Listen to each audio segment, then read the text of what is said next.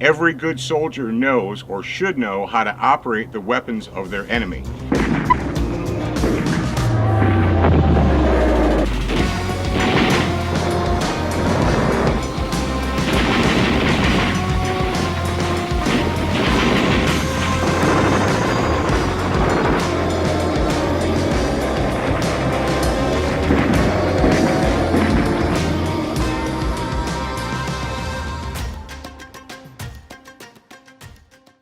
Welcome back to the Saigon Report, and today we're going to talk about foreign weapons or the weapons of the enemy.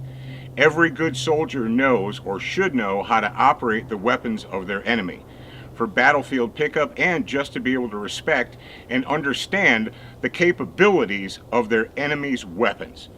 Today we're going to talk about the AK47, as it is known in Russia, or the Type 56 rifle as it was known in China. This rifle in my hand right here is an exact or very close representation to all the AKs around the world. There have been millions upon millions of AK-47, AKM style rifles made and distributed.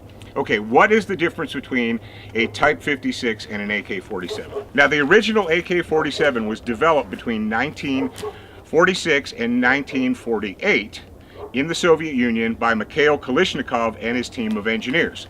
Mikhail obviously being the lead engineer. Now, the gun was actually put into official service in the Soviet Union in 1949. Now, what about China? The communist Chinese essentially copied the AK-47, made it their own, and called it the Type 56, and as you may, well, have figured out already, the Type 56 rifle in China was adopted by the Army in 1956. Now, the standard Soviet rifle had a detachable bayonet. One of the main distinguishing features between the Type 56 and the AK-47 is the Chinese version had a folding bayonet that stayed mounted or attached to the rifle itself. Now, these rifles are made of steel with hardwood furniture, and they weigh approximately 7.7 pounds when they're empty. Now, an empty steel magazine would weigh 0.73 pounds. These steel magazines hold 30 rounds of 7.62 by 39 millimeter ammunition, a 30 caliber cartridge. And in Vietnam, our troops started referring to these because why? Well, they're curved like a banana as banana clips. That's right. GI Joes in Vietnam referred to the enemy's weapon as banana clips or as holding banana clips. Now, what is important or what is a useful feature of the AK-47? Well, number one, they knew that they were going to be giving these to very lowly educated or roughly educated peasants, peasant farmers, or privates in the army, conscription troops, guys that were drafted. So it had to be very simple. There's a very large manual safety right here that can be worked obviously with bare hands, but in the Soviet Union and in China as well, it gets really, really cold, and if you had mittens or heavy gloves, you could operate this safety very easily. Over on the side here, you have a large bolt, and you have a bolt handle, which you can grab from under with your support hand, pull it back, let it go, it charges the weapon. Now, the sights on the AK-47, you can drift adjust the front sight for windage, and you also adjust the front sight for elevation.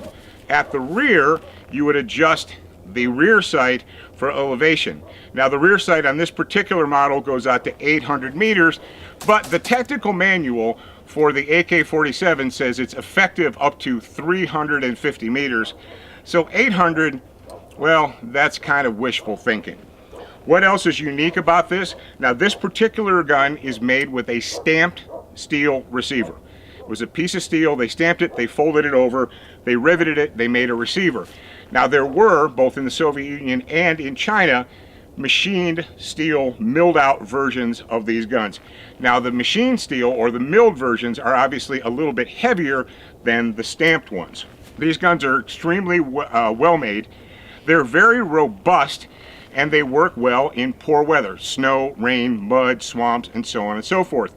Even though these weapons were the weapon of the enemy, they were respected by U.S. troops who understood that the enemy's AKs were going to be working rain or shine. Another thing that you may not have realized was that long-range patrols and behind-the-lines special operations forces for the United States often adopted the AK as their primary weapon.